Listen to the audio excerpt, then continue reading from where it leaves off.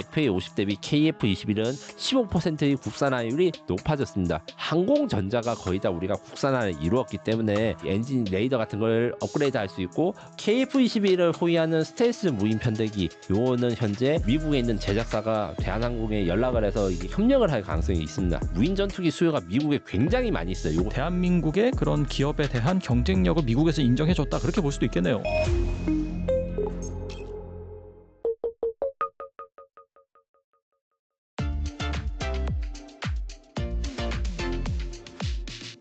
그리고 KF-21이 KC-330 공중급 유기와의 호환 시험에 성공하면서 작전 반경과 임무 지속 능력이 크게 확장될 것이다 라는 얘기가 있고, 특히 초음속 비행, 무장 분리 시험 등 주요 테스트를 이미 통과한 데 이어서 A사 레이더 등 국산 장비의 국산화율까지 65% 달성했다고 하더라고요.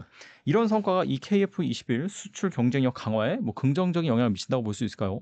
기본적으로 이제 공중급유 이야기를 하자면, 공중급유가 필요한 거는 비행기가 착륙했다가 이륙할 때까지 시간이 많이 걸립니다. 그래서 공중에서 급유를 하면 작전 시간이 늘어난과 동시에 작전 대기 시간이 크게 줄어들거든요. 그래서 공중급유가 단순히 멀리 가는 거 이상으로 장기간 대기하거나 아니면 장시간 작전할 때 최적화된 건데, 공중급 방식이 여러 가지가 있는데 이게 호스 방식, 프로브 방식 이렇게 있고, KF-21은 미국 공군의 기준에 따라서 프로브 방식을 하고 있습니다.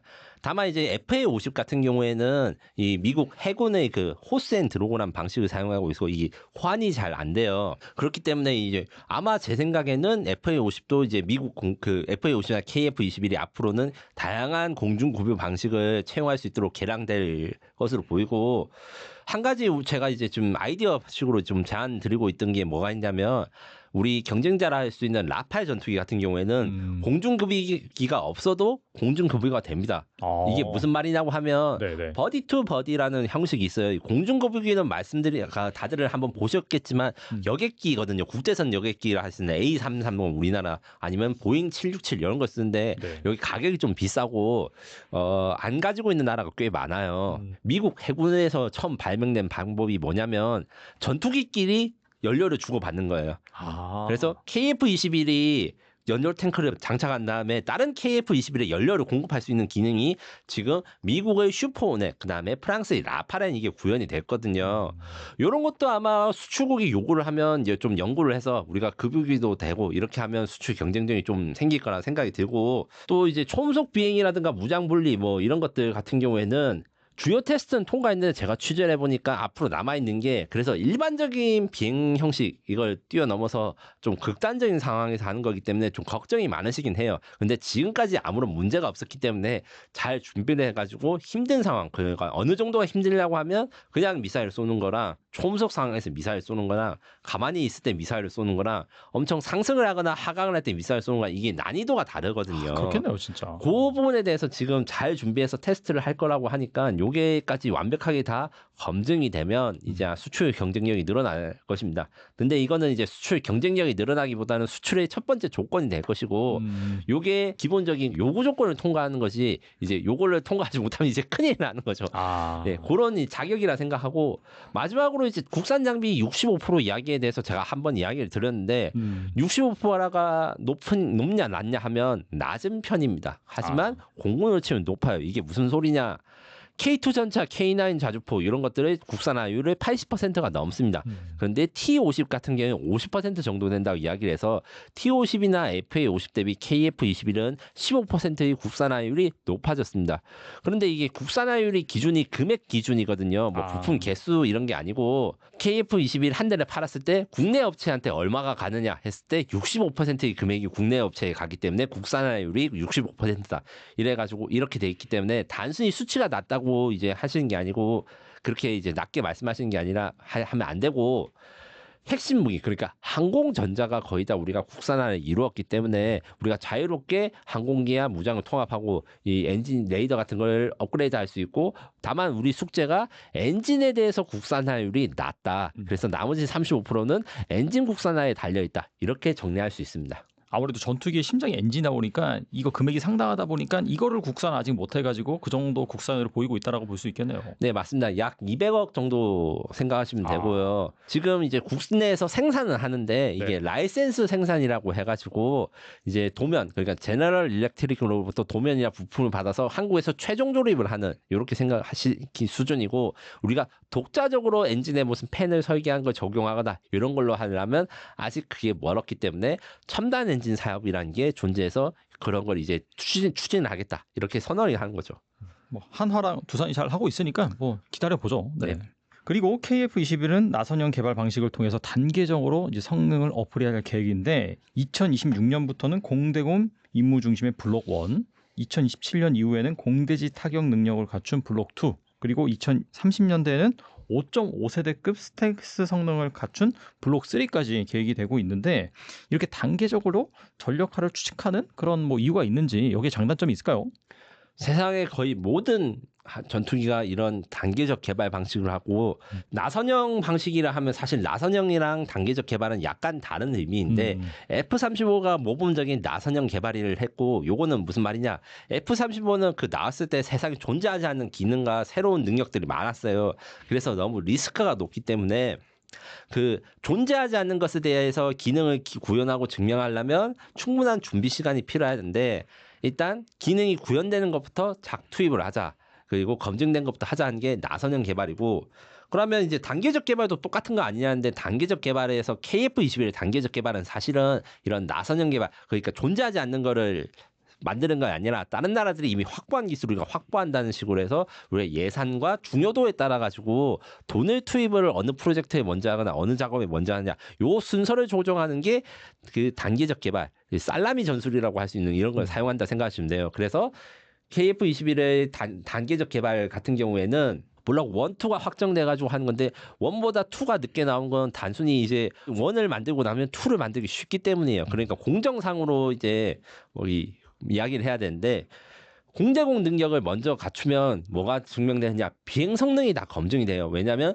공대공 임무를 할 때 탑건을 그 영화 기억하시면 알겠지만 막 네네. 기동을 하잖아요. 그렇죠. 지상 공격을 할 때 아주 낮게 나는데 그 지상 공격보다 이제 공중전 기동이 더 격렬하기 때문에 공중전부터 먼저 하는 거 하나랑, 레이더를 만들 때 공대공부터 먼저 만들고 공대지를 그 다음에 만듭니다. 이게 왜 그러냐면, 그 레이더를 어떻게 쏘냐 생각하면, 하늘을 향해서 이제 적 비행기를 쏘면 하늘에는 장애물이 없잖아요. 근데 지상 공격을 위해서 레이더 모드를 하거나 배를 공격하기 위해서 레이더 모드를 쓰면, 아래를 쓰면 클러터라는 게 생깁니다. 쉽게 말해서 지면이나 해면에 반사파 같은 걸 걸러줘야 되는 기술이 좀 어려운 기술이에요.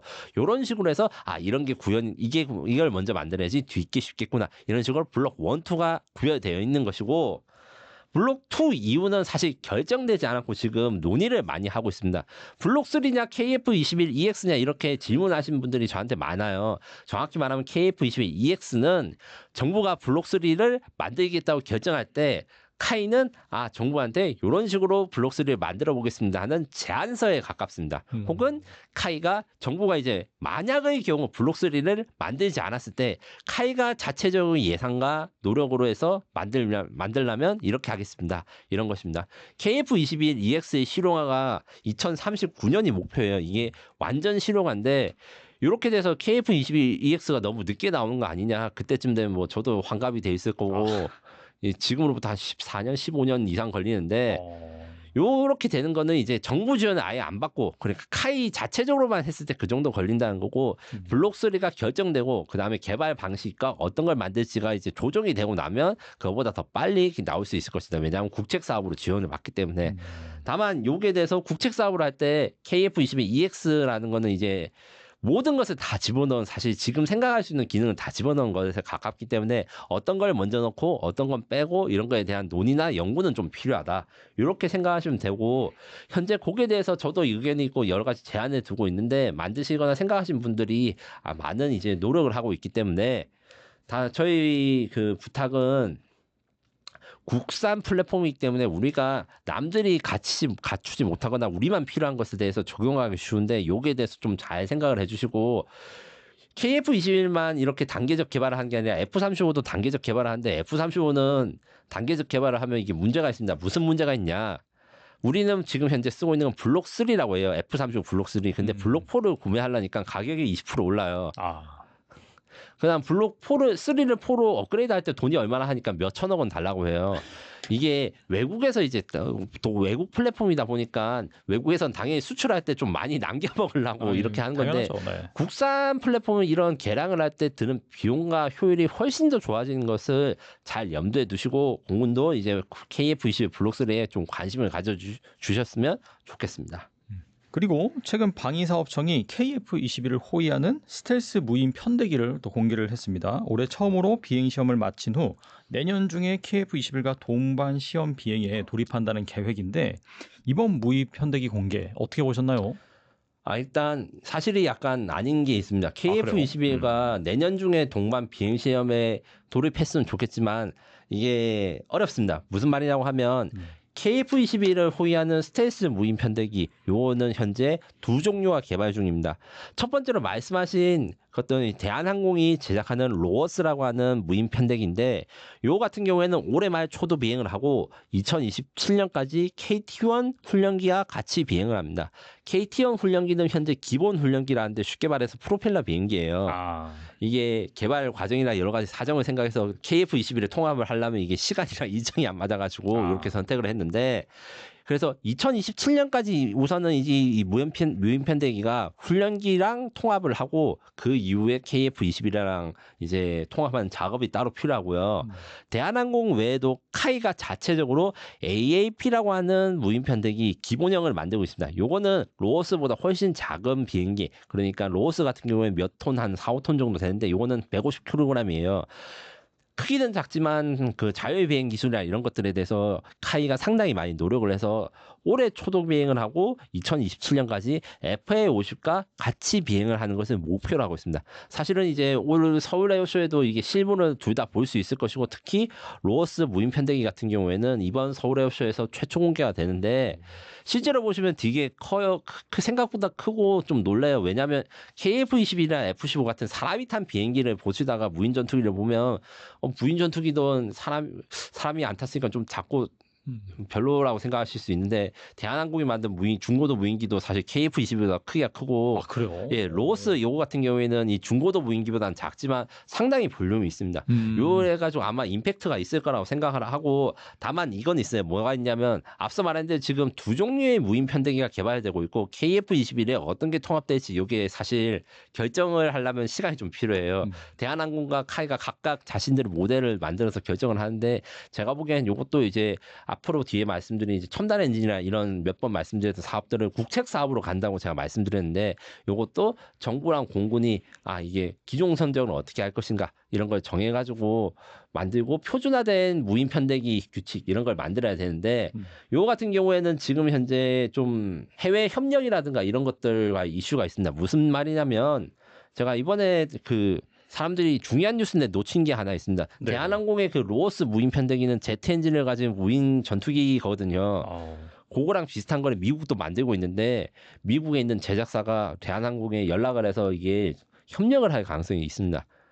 이게 공개된 뉴스인데 사실은 이 중요한 게 사람들이 왜 주목을 안 하지 하는 게 있어요. 안두리라는 회사가 있어요. 팔머럭키라는 대표가 있는 어떻게 보면 팔란티어 요즘 잘 나가잖아요. 엄청 잘 나가죠. 최고죠. 팔란티어의 형제 회사라고 할 수 있습니다. 이 투자자가 같기 때문에 안드릴이 대한항공과 이제 MOU를 맺었어요. MOU를 맺은 게 뭐냐면 한국의 아스널 코리아라는 걸 만들고 이걸 대한항공과 합계하겠다. 여기에 대해서 정확하게 지금 어떤 것을 합계하겠다라고 이야기를 안 했는데 이 로어스랑 비슷한 정도의 그 무인 전투기 수요가 미국에 굉장히 많이 있어요. 이것을 CCA라고 합니다. 안드리 같은 경우에는 잘 나가긴 한데 공장이 많이 없어요. 생산 기지가 필요하고 그래서 잘 됐을 경우에는 대한항공과 협력해서 그래서 로어스가 우리 KF-21에 통합되는데 대한항공이 이제 미국에도 이 비슷한 비행기를 만드는 부품을 공급하거나 아니면 조립 공장으로 위치를 할 수 있는 거죠. 이렇게 되면 수요가 엄청나게 많아지겠죠.